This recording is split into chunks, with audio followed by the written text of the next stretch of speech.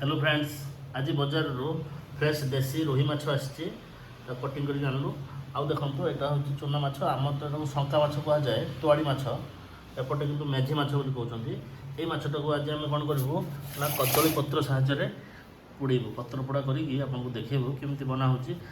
रोही माछटा को आज कौन करवा ना सोरिष बाटण देकी पतला पतला झोल करवा, से आलू पड़ो भी। दुईटी जाक आइटम आम मसला प्रस्तुत करवा।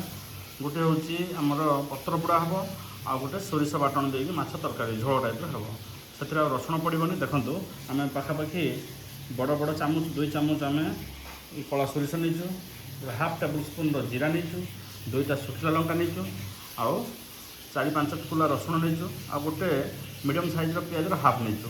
कहीं तरकारी आम पियाज पकेबा आउ पत्र पोड़ा मिसा कटा पियाज आम काटिकी पकेबा, से आम यहाँ भल भाव में ब्लेंडिंग करनवा। ब्लेंडिंग करनेला आम मैरिनेट करवा हूँ पत्र पोड़ा को आउ माछ बेसर बनवा बेलू से आपको देखी भिडियो केमी माछ बेसर बना पोड़ा।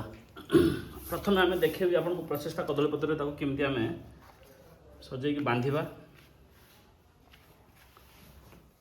ए कटा होता गोटे छोट साइज पियाजर अधा आउ कंचा लंका 2-3टा दिखाई। मुझे देखी आपको जो 2टा तरकारी जो मसला बनई से मसलू आम 1/4 मसला आम कौन करवा ना माछ सहित मैरिनेट दबा। या आम एमती मैरिनेट कर सारा पाखापाखि अध घंटा रखा। रखला आम तावे जेहेतु पत्रपोड़ा चुली हुए कि आम तो ये बाहर रोचु चुली ना, अल्प टे हल्दी या देहरे पड़ी आपंकर अधा चामच सोरिष, गोटे छोट साइज पियाजर अधा आउ रसुण 3-4 कुसा पड़ी, शुखिला लंका 2टा पड़ता, जीरा टे पड़ता। तापर तादे कंचा सोरिष तेल मिसेलु, मिसेकी लुण आगु मैरिनेट अल्प दिखाई से अल्प सामान्य लुण देकी आम ताको भल भाव में गोलीदेबू।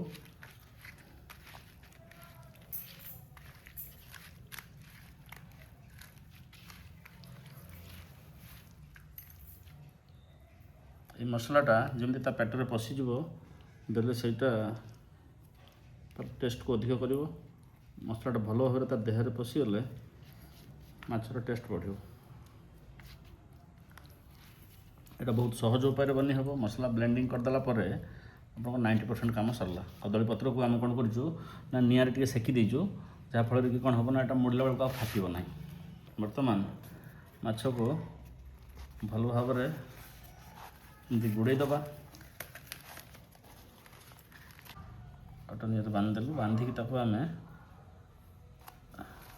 छाड़देबू। एमती बंधाला प्लेट रखिदेलु। तापर आम बनैला बेलू देखो यहाँ पाखापाखि एमती अध घंटा रहा से मसला गुड़िक से भल भाव में माछ सहित मैरिनेट होगा आम ताऊ एवं आम प्रस्तुत करा माछ पत्र पोड़ा। से आम जो कढ़ई में माछ भाजुलु से अल्प अल्प तेल अच्छी।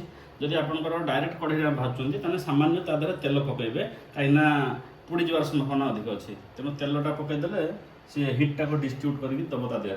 तेणु एवं आम कौन करवा ना गैस फ्लेम को ऑन करवा। ऑन कर सारिकी ता देह आम कौन करवा ये जो माछटी को मैरिनेट कर रखी पाखापाखि अध घंटे होगा आम ता देह देदेकी एवं कौन कर ढाँचा मारदेवा।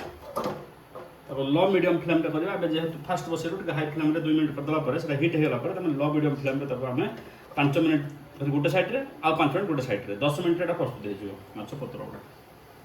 बर्तमान पाखापाखि 5 मिनट धरिकी आम गोटे सैड्रे भाजुलु। एवं आम कौन करूँ ना उल्टे देवु। बर्तमान पाखापाखि 10 मिनट धरी आम एपट सेपट करूँ पत्र पोड़ाटी को।